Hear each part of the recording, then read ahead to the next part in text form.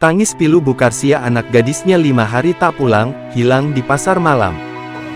Mana Mena udah ketemu, senang bepiwe.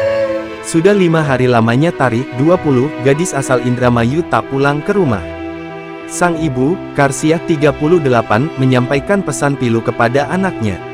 Karsia mengatakan, sebelum hilang, padahal tidak ada masalah apapun. Kendati demikian, lanjut dia, Tari memang sosok anak yang pendiam. Ia jarang bercerita soal masalah yang dihadapinya ke keluarga. Keluarga cuma berharap Tari pulang, ujar dia.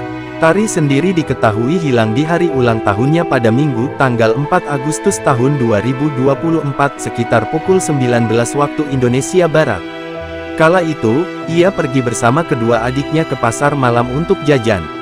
Namun, setibanya di sana, Tari enggan diajak untuk jajan dan memilih menunggu di parkiran. Ketika kedua adiknya kembali ke parkiran, Tari diketahui sudah hilang dan tidak ada di tempat.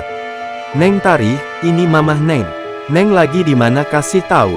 Neng lagi sama Arif atau sama teman, kasih tahu biar tenang di sini, gak nyari-nyariin terus sama bapak siang malam." Nenek Daimah nangis terus, ujar Karsia saat ditemui Tribun Cirebon.com di kediamannya di Desa Karanggetas, Kecamatan Bamo 2, Kabupaten Indramayu, Jumat tanggal 9 Agustus tahun 2024.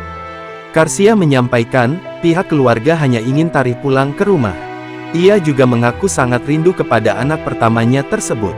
Berbagai upaya sudah dilakukan untuk mencari Tari, namun hasilnya tetap nihil. Gadis 20 tahun itu tetap belum diketahui di mana keberadaannya.